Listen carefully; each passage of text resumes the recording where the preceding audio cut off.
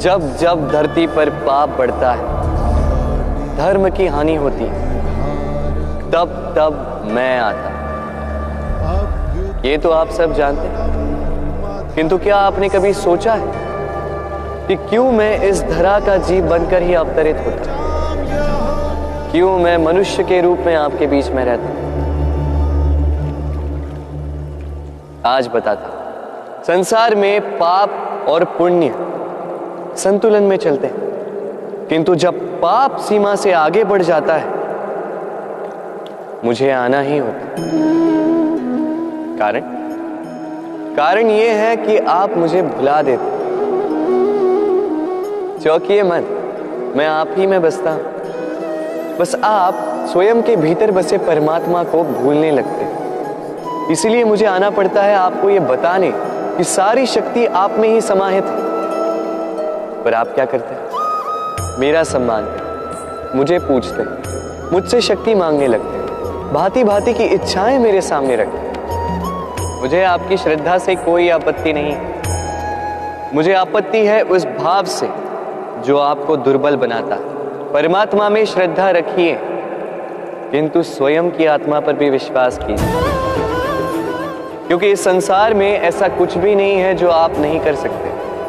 हर नर में नारायण बसते हैं और हर नारी में लक्ष्मी। तो पहचानिए अपने भीतर के नारायण को और बदल दीजिए इस समय के चक्र को। मुझे प्रसन्नता होगी कि मेरे अवतार लेने का वास्तविक प्रयोजन आपको समझ आए।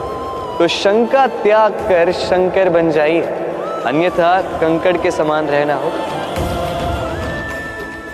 राधे राधे। आपने सोचा है इस संसार में हम सबसे अधिक किससे जुड़े?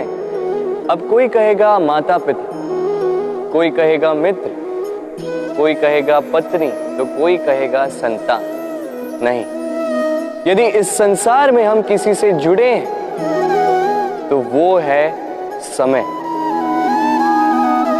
समय ही हमारा भूत है, समय ही हमारा वर्तमान है और समय ही हमारा भविष्य है।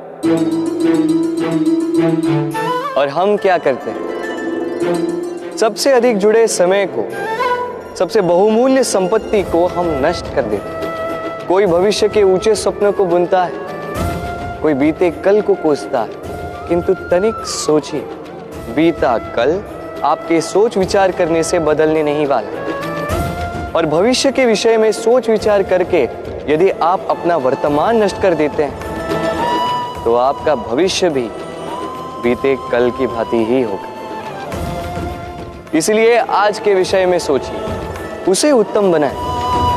आपका भूतकाल और आपका भविष्य अपने आप उत्तम हो जाए। राधे।